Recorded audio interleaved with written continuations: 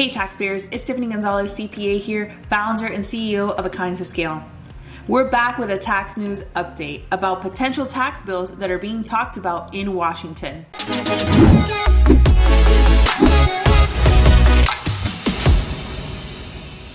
I'll preface this video with saying that none of these tax bills have been approved, but there is a possibility that they could be.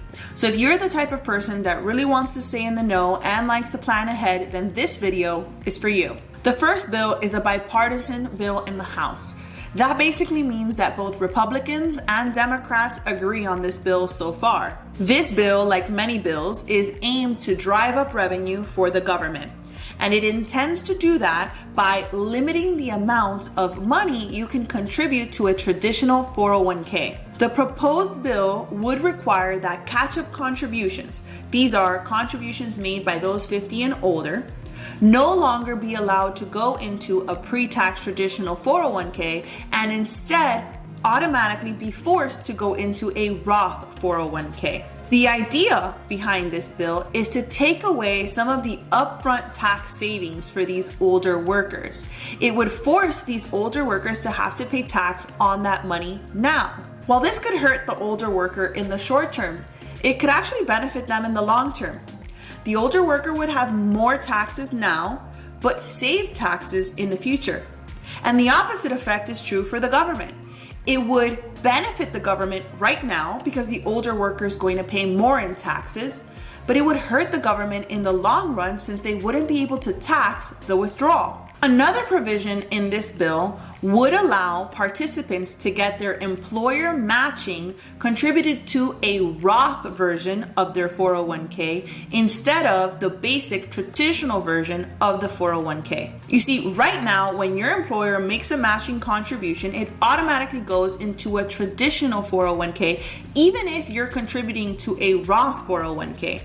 And that is because your employer receives a tax deduction now for matching a contribution. It's unclear whether the government would say, hey, employer, you can no longer deduct this and this is no longer a tax deduction for you, or if it would mean that matching contributions now become income to the employee in the current year. Regardless, both scenarios disincentivize the business owner and the employee who is receiving the matching contribution. There's another bill that Washington is talking about that has been presented in the past and has failed multiple times, but once again has resurfaced. Senators would like to prohibit anyone from being able to contribute to their Roth IRA if the Roth IRAs already have a balance of $5 million or more. This same bill would also limit Roth IRAs for higher income earners. They want to do away with non-deductible IRA contributions that are later converted to Roths, also known as the backdoor Roth. Basically, this part of the provision wants to get rid of the backdoor Roth. Essentially, this horrible bill would be an attempt to prevent high-income earners from saving for retirement so that they could tax them more instead. I'm sure everyone watching this video can agree that we're not huge fans of taxes going up, but it does make me especially angry when I notice that the government is targeting retirement accounts as a way to raise revenue.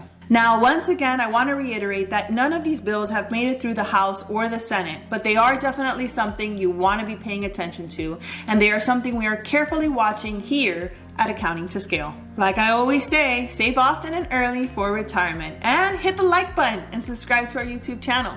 Follow us on LinkedIn, Instagram, and Facebook at Accounting to Scale. Until the next video, your favorite CPA, Tiffany Gonzalez.